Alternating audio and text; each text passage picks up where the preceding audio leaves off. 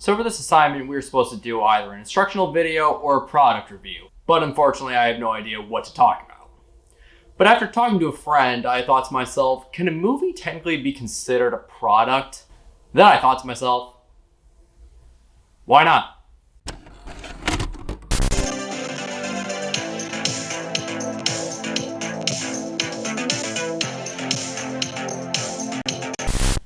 Like many of us, I'm sure, I'm a movie fan of all kinds of genres.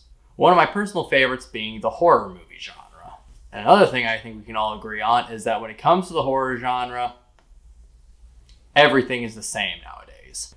There's no real variety anymore. It all just kind of feels the same. They all follow the exact same formula.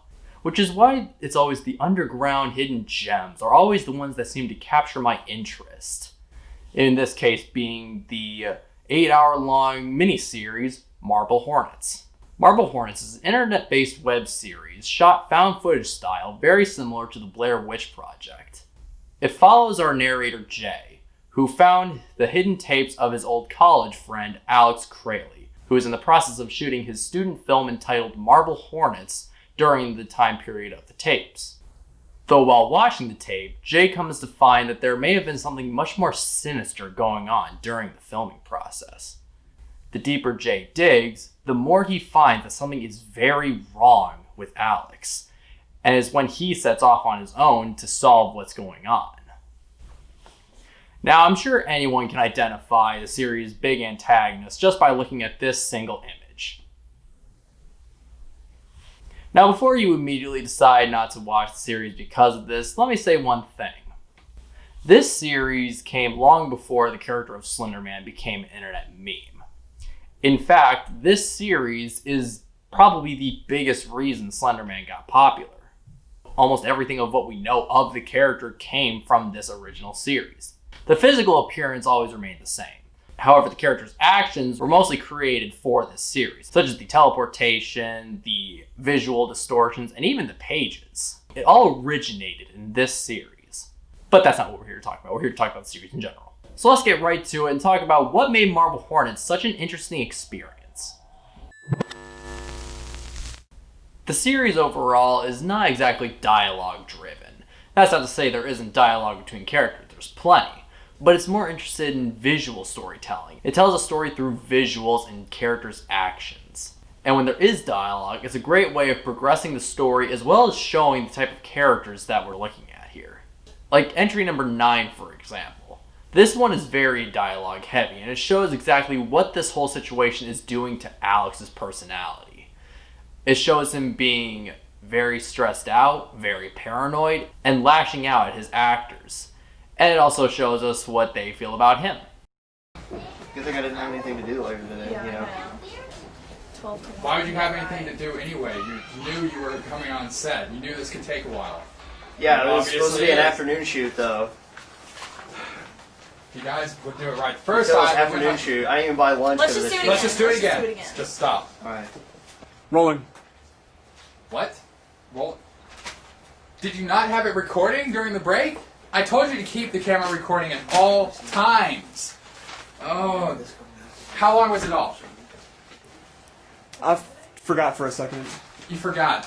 I gave you one job. All you're supposed to do was come in here, set up the camera, make sure it doesn't fall over, and press record once. You don't stop it at all. I made this extremely clear. If this is gonna go on for a while, You're saving time on the tapes. You helped me load up the car. You know how many tapes we have. If we run out of time on this tape, we'll get another. It's not a problem. I mean, how clear do I have to make it before you listen? How many sets is that? Memorize your lines. It's just a mistake. Memorize your lines. Maybe we'll get through this a little bit faster. Memorize your lines. Just don't read them right off the page. You gotta be a okay. little bit more human with it. Because Don't I've be had so... the script in every scene. Exactly. Yeah, act. How about that? Oh yeah, that's real nice, considering how much you're paying us and everything. Why would I pay you for what you're giving me? I mean, really. Oh, that's real nice. Who else is gonna work with you with this attitude? This is a great way to not only show the type of character Alex is becoming, but also what this whole situation is doing to him. And as the series progresses, we find out that it's not only restricted to just him. When it comes to the visual part of the show, I feel like that's the series' strongest aspect. Now, really, there isn't a whole lot to talk about. Most of it is just exploring unsettling places like a playground at night or an abandoned house or whatever this place is.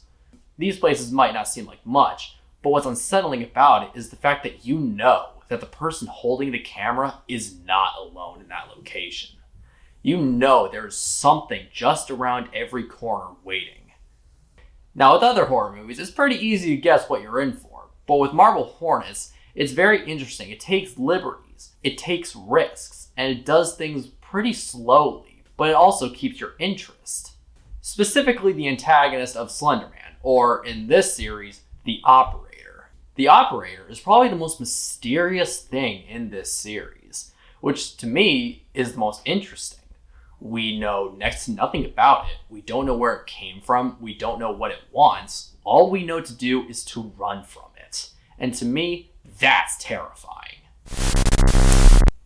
Let's talk about the characters, because in season 1, there are 3 main players: Alex, Jay, and Slender Man himself. At the start of the series, Jay is just an ordinary college student living in his apartment doing nothing. Already pretty relatable. But that all changes when he finds Alex's videotapes, which leads into all of this. After watching tape after tape, he takes the investigation into his own hands to find out what happened to his missing friend. And the rest of the series is him getting tangled up in the same paranormal events that Alex was roped into. Speaking of Alex, let's talk about him for a bit. I already mentioned we saw in Entry 9 what kind of person Alex is becoming, but it's much deeper than that. Just look at this.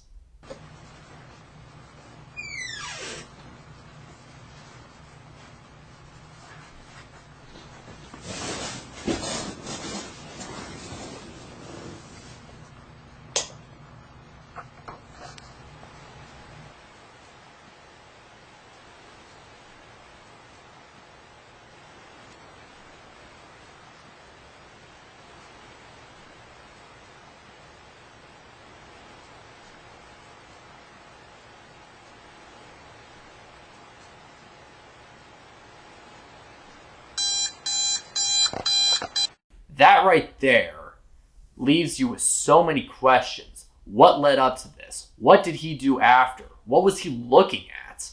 There are so many questions to be asked just by that one clip, and it leaves you wanting to know more. Now, another thing that's interesting, the only thing we see of Alex in season 1 is from videotapes. We don't see him in person. We don't see him interact with Jay. We don't even find out what happens to him. All we know is he is out there and that something is terribly wrong.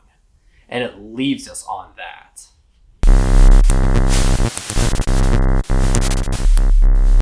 Now, when it comes to other characters like Tim, Sarah, Seth, Brian, they aren't exactly major players in season 1. In fact, some of them are never even seen again. But that just kind of adds to the mystery of what is going on. Like, who are these people, and because of these horrible events, what happened to them? Some of which we get answers on, some of which we don't.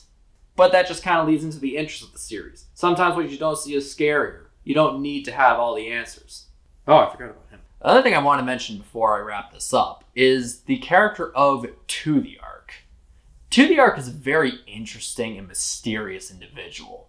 He may not even be an individual, maybe several people. To the Ark is probably one of the most fascinating pieces of this series.